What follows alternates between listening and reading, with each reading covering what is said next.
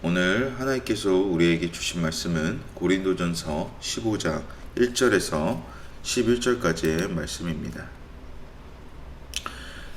하나님 말씀 받들어 읽도록 하겠습니다. 형제들이여, 이제 내가 여러분에게 전한 복음을 되새겨 드리려고 합니다. 여러분은 이 복음을 전해받았고 또한 그 안에 서 있습니다.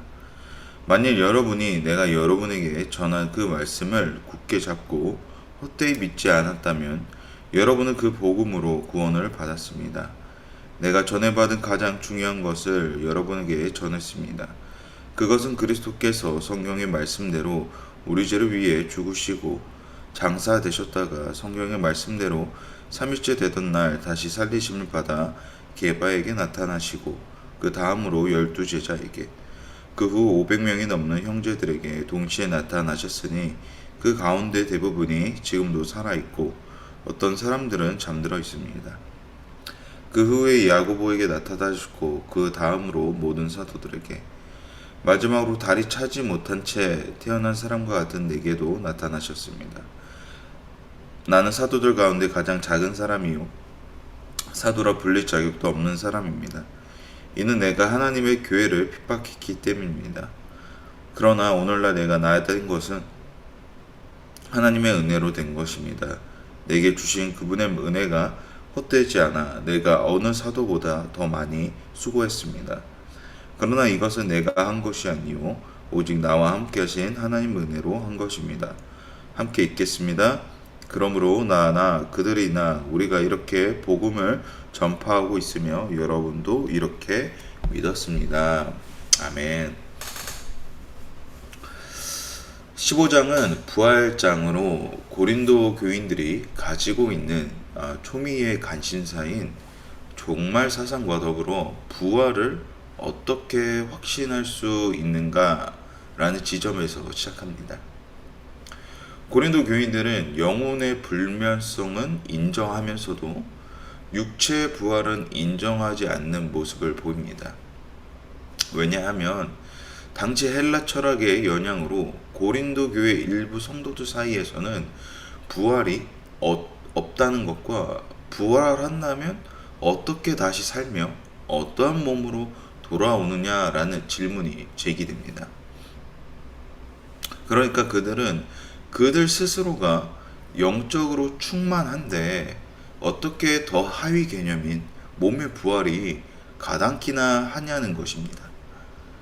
미래적으로 영의 부활이면 이해할 수 있더라도 몸의 부활이란 개념은 너무 조악하여 오히려 당혹스럽게 여겼다는 것이죠. 다시 말해, 다 썩어 문드러진 죽은 몸이 다시 일어난다는 개념은 그들로서는 전혀 이해가 되지 않았기 때문입니다. 그러나 성경에서 부활이 선포하는 위치는 죽음 위에 임한 하나님의 승리를 선언하는 것입니다. 그러니까 우리의 소망은 부활 안에서 변형된 몸을 입고 가는 것이 아닌 몸을 입은 생명의 의미가 있다는 것을 선언하는 것입니다. 그 부활은 죽을 수밖에 없었던 그 생명이 살아난다는 것입니다. 부활신앙은 기독교의 가장 초석이라고 할 수 있는 부분이기에 올바른 지식과 확실한 믿음이 없이는 정립하기 쉽지 않은 부분입니다. 그러므로 바울은 그들의 신앙을 올바른 길로 인도하기 위하여 체계적이고 상세하게 본문에서 설명을 하고 있는 것입니다. 1절, 2절 다시 한번 읽도록 하겠습니다. 형제들이여, 이제 내가 여러분에게 전한 복음을 되새겨 드리려고 합니다. 여러분은 이 복음을 전해받았고 또한 그 안에 있습니다. 만약 여러분이 내가 여러분에게 전한 그 말씀을 굳게 잡고 헛되이 믿지 않았다면 여러분은 그 복음으로 구원을 받았습니다. 1절에 전함이 되었고 받음이 되었다는 것은 성만찬 때에 떡과 잔을 나누시는 것이 제자들에게서 시작해서 이제는 너희들에게까지, 그러니까 고린도 교인들에게까지 그 복음이 전달되었다라는 것입니다. 그 복음이 부활의 증거가 되었다는 것입니다. 즉 너희들 자체가 복음의 증거라는 것입니다.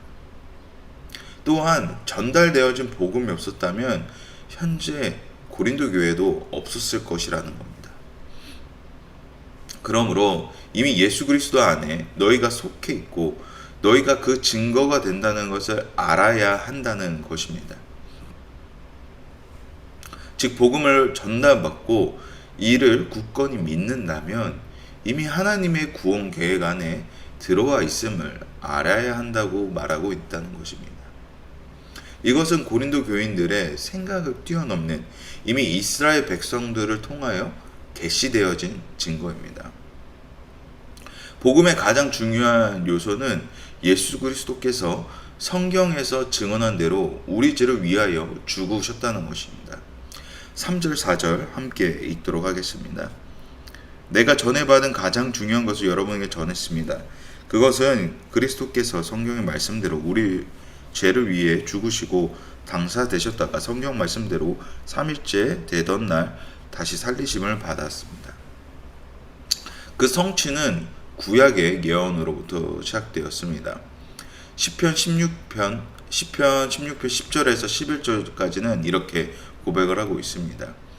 이는 주께서 내 영혼을 스올에 버리지 아니하시며 주의 거룩한 자를 멸망시키지 않으실 것입니다. 주께서 생명의 길을 내게 보이시리니 주의 앞에는 충만한 기쁨이 있고 주의 오른쪽에는 영원한 즐거움이 있나이다. 이사야 53장 10절도 이렇게 고백을 하고 있습니다. 여호와께서 그의 상함을 받게 하시기를 원하사 질고를 당하게 하셨은즉 그의 영혼을 속건 제물로 드리기에 이르면 그가 씨를 보게 되며 그의 날은 길 것이요 또 그의 손으로 여호와께서 기뻐하신 뜻을 성취하리로다. 아멘. 부활 예언이 우리에게 넉넉한 위로가 되는 것은 성경 말씀에 약속하신 대로 반드시 행하실 그 뜻을 이루실 그 주님이 우리를 자녀라 칭하셨다는 것입니다. 우리가 각자의 삶의 자리에서 자유와 평화를 선포할 수 있다는 것은 성취의 결과가 결코 헛되지 않았다라는 것을 의미합니다. 그러므로 우리가 믿음의 눈을 들어 온전히 바라본다면 우리는 하나님의 일하심을 또 그 안에 내가 있음을 깊게 경험하게 될 것입니다. 5절에서 7절까지 함께 읽도록 하겠습니다. 게바에게 나타나시고 그 다음으로 12제자에게 그 후 500명이 넘는 형제들에게 동시에 나타나셨으니 그 가운데 대부분이 지금도 살아있고 어떤 사람들은 잠들어 있습니다. 그 후에 야고보에게 나타나셨고 그 다음으로 모든 사도들에게 5절에서 7절까지는 예수 그리스도의 부활을 목격한 수많은 증인들에 대하여 증거하고 있습니다.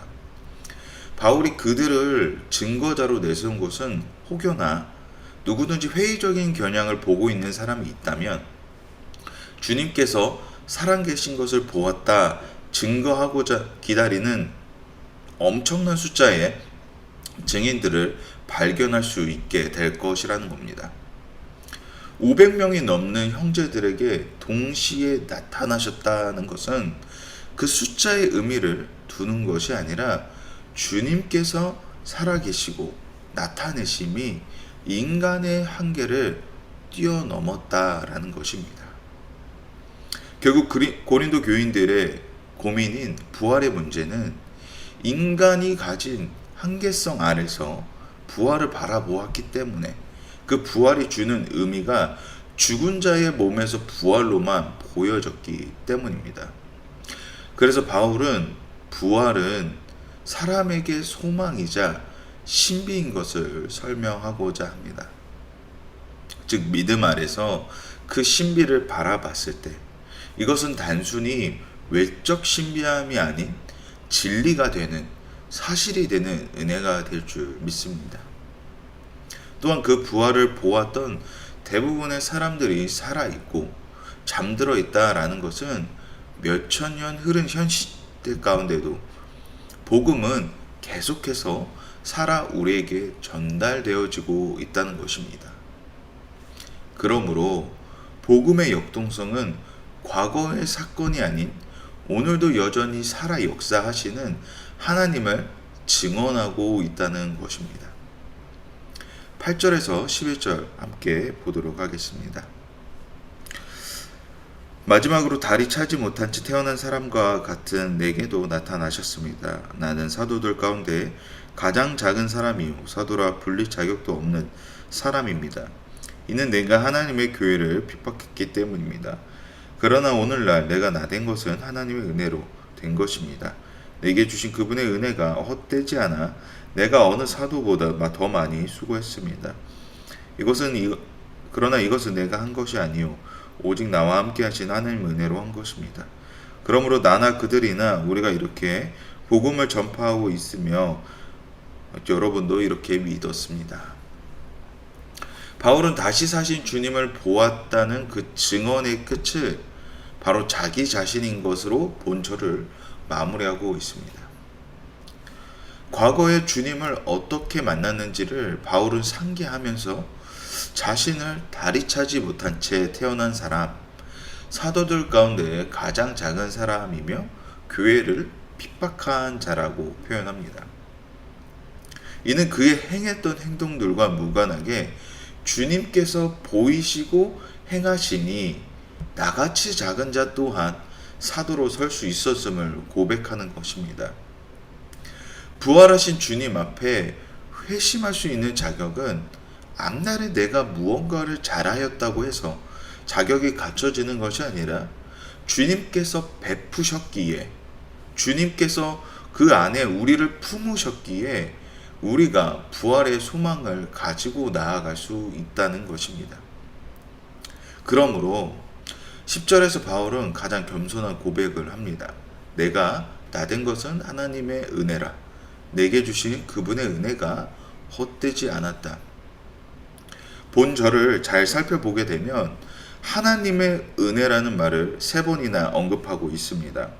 하나님의 은혜, 그분의 은혜, 하나님 은혜 이렇게 3번을 총 언급하고 있는데 그것은 은혜가 아니면 자신의 상황이 설명되지 않기 때문에 바울은 한 절에서 3번을 언급하고 있는 것입니다.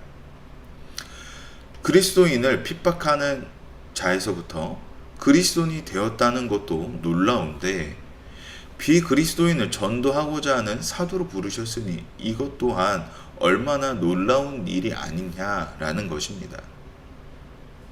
만약에 돌아오는 주일에 중동 땅에 있는 모든 이슬람 사람들이 갑자기 주님께 회개하고 교회로 나온다면 이는 얼마나 우리에게 놀라운 일이 되겠습니까?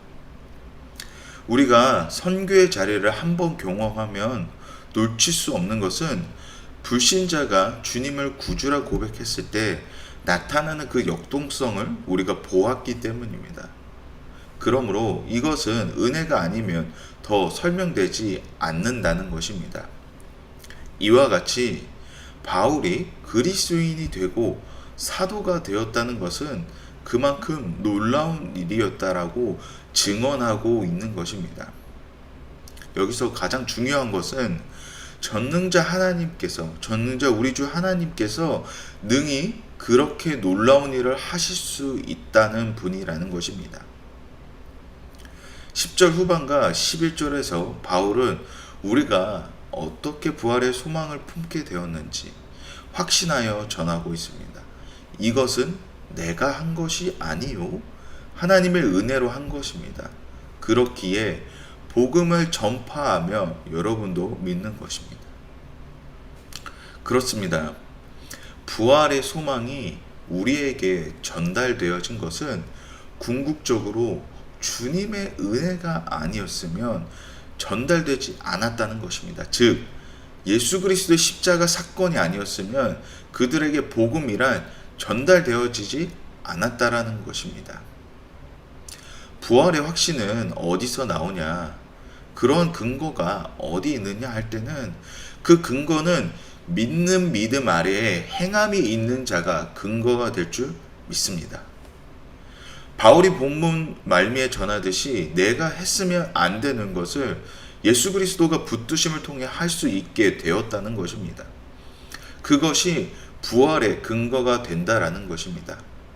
바로 나 자신이 부활의 증거이자 자랑이자 소망의 확신이 된다라는 것입니다. 성도 여러분, 오늘도 주님께 붙들린 인생이 되었다는 것을 믿으십니까?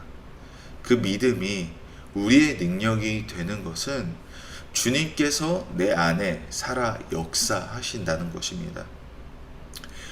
아브라함의 하나님, 이삭의 하나님, 야곱의 하나님, 12제자들을 이끄셨던 하나님이 나와 동행하고 계신다는 것이 바로 우리의 부활의 근거의 증언이 될 것을 믿습니다.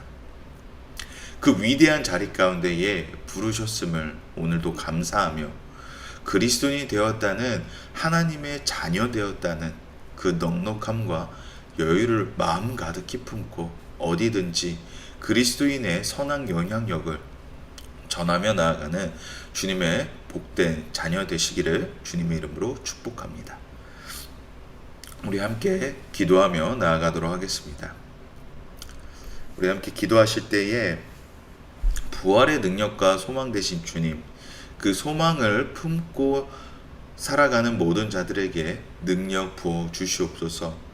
그 능력이 이 땅을 살아갈 때에 참된 기쁨과 자유되게 하여 주시옵소서. 각자의 삶의 자리에서 최선을 다하는 선한 그리스도인의 영향력을 나타내게 하여 주시옵소서라고 우리 함께 하나님 앞에 기도하며 나아가도록 하겠습니다.